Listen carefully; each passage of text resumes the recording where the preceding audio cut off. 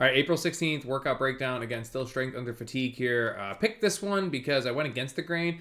Also, week number 8 for Urban Legends, saving that for the end of the video. So again, just scroll to the end if that's what you want to hear about. I did not do the strength under fatigue here. I didn't want to get too carried away. I try to, when we have monthly emphasis, with each passing month. And as much as I want to lean into them, I don't want it to become polarizing. I don't love polarizing in training. Things are meant to be balanced. They're supposed to be level. And these monthly emphasis already skew the bar one way or the other. And again, to a degree, it's fantastic. We learn things, we get educated, become more aware of yourself and whatever it is we're working on. But if it becomes too tilted, then we're doing things that I just think are not productive. And honestly, just bad habits to pick up, or just creating some level of imbalance that is just too far one way or the other. So it's okay to go against the grain here, I think. Completely fine. Just a regular stationary, for the most part stationary. I don't know if you consider the push press stationary, part of an Olympic lift here.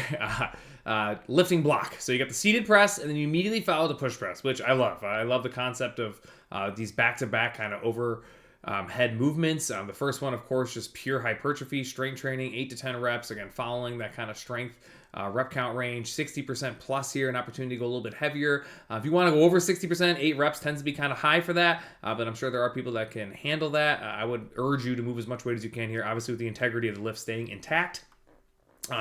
Second by the push press, which, you're probably thinking like, that's, Corey, that's 2 overhead movements in a row. I don't know if you guys ever think that way. Hopefully you do after watching these videos and coming to Core 4 for so long. You got the knowledge and the ammo to understand that usually back-to-back movements following the same line of motion aren't super productive. But in this particular scenario, it's great. So the seated press, obviously, you're seated, right? You have no momentum, no help, no lower body power being generated, no transition of power, nothing like that is occurring. But on the push press, you then do. And when you're doing a push press, the seated press is like 100% of your shoulders. Obviously, that can be argued, but you know what I mean. And the push press is supposed to be 30% of that, right? Push press, 30, 40% range of your shoulders.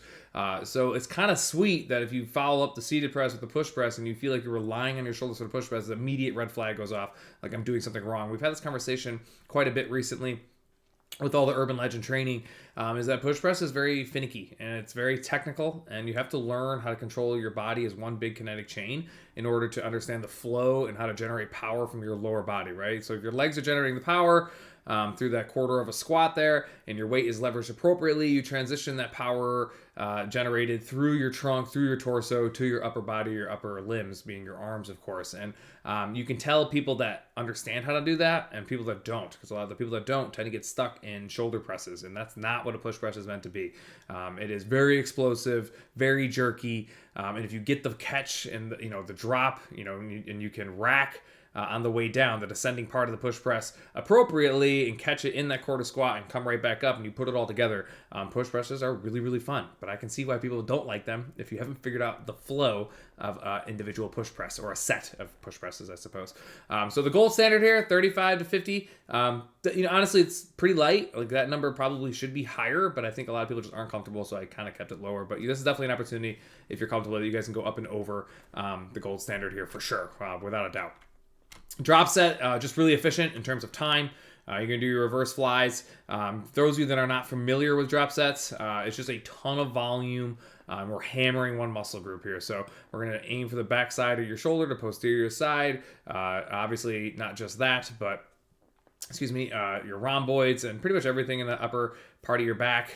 But you're going to pick 3 to 5 weights. You can only use 4 or 5 sets of weights if you're strong enough to do a set with those heavier weights. Otherwise, you're just 3, or again, like I said, 4 sets of weights in front of you, and you're literally going to take like 20s and do as many as you can to failure. Put them down, grab the 15s, as many as you can to failure. Put them down, grab the 12 and a half, so on and so forth. 12 and a half, 10, 7 and a half. That would be 5 sets of weights, and you're going to get a monster chunk of reps right there, and you're working your way to failure in theory each and every one of those weight classes.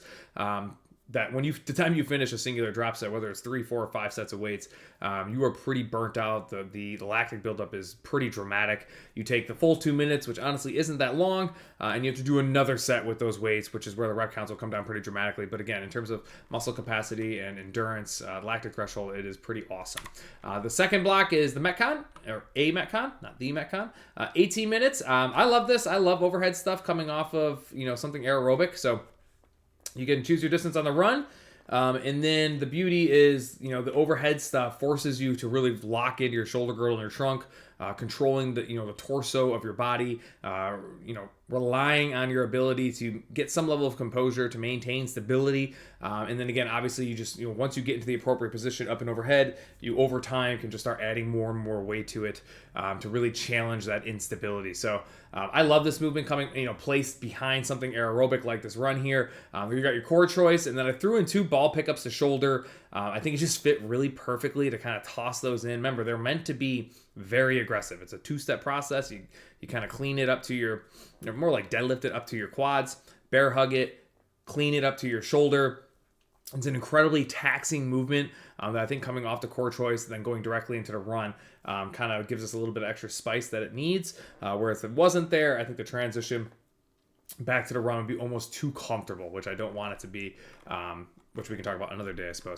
Urban Legend people, like I had mentioned, I believe on the 14th I made a video for on leg day, which was a Tuesday. This is a Thursday. Like I had said, it's the same thing, just obviously the beginning of the Urban Legend. So the first third of the Urban Legend. You got the 100 calories bike, 50 push press at goal, 1600 meter run. We want to clock that split. If you did your push presses in say 5 minutes last week, we want to see how that's affected by the aerobic being pieced around it now. So I would definitely clock the entire split, which I might have failed to mention this in the last video. We want to clock the entire split, obviously, but we definitely want to also clock the push press coming off the bike and just see how it stacks up to obviously the week prior where there was no aerobic, right? So if you did 5 minutes the week prior when it was kind of on an island by itself, and this week you did 5 minutes and 45 seconds coming off a 100 calorie bike ride, you should feel really good about yourself, right? Like you're within 45 seconds, like that's great. I'm not saying that's like the end all be all number being within 45 seconds, but you should have a really good idea of like where you stand. Now if you do a 100 calorie bike ride and the prior week you did 50 push presses in 5 minutes and this week you did 8 minutes and 30 seconds, then we have some hesitation, right? Like did the 100 calorie bike ride ruin us that badly? Or did we bike too hard? Like that's the point of doing this and running through these play tests, is to kind of figure that stuff out. When you guys are done, the superset and the biking intervals, I think everybody should have time to get through all of this, which is why I put that superset in here. It's probably time to start incorporating some stuff that's not so linear like the Urban Legend training is. And then the biking intervals, I think just doing some last second, very explosive stuff to kind of get our wheels going on the bike and get us mentally, physically ready for the actual Urban Legend where you're never going to approach that level of output. It's just valuable just kind of throwing it in there at the end, which is why that's there.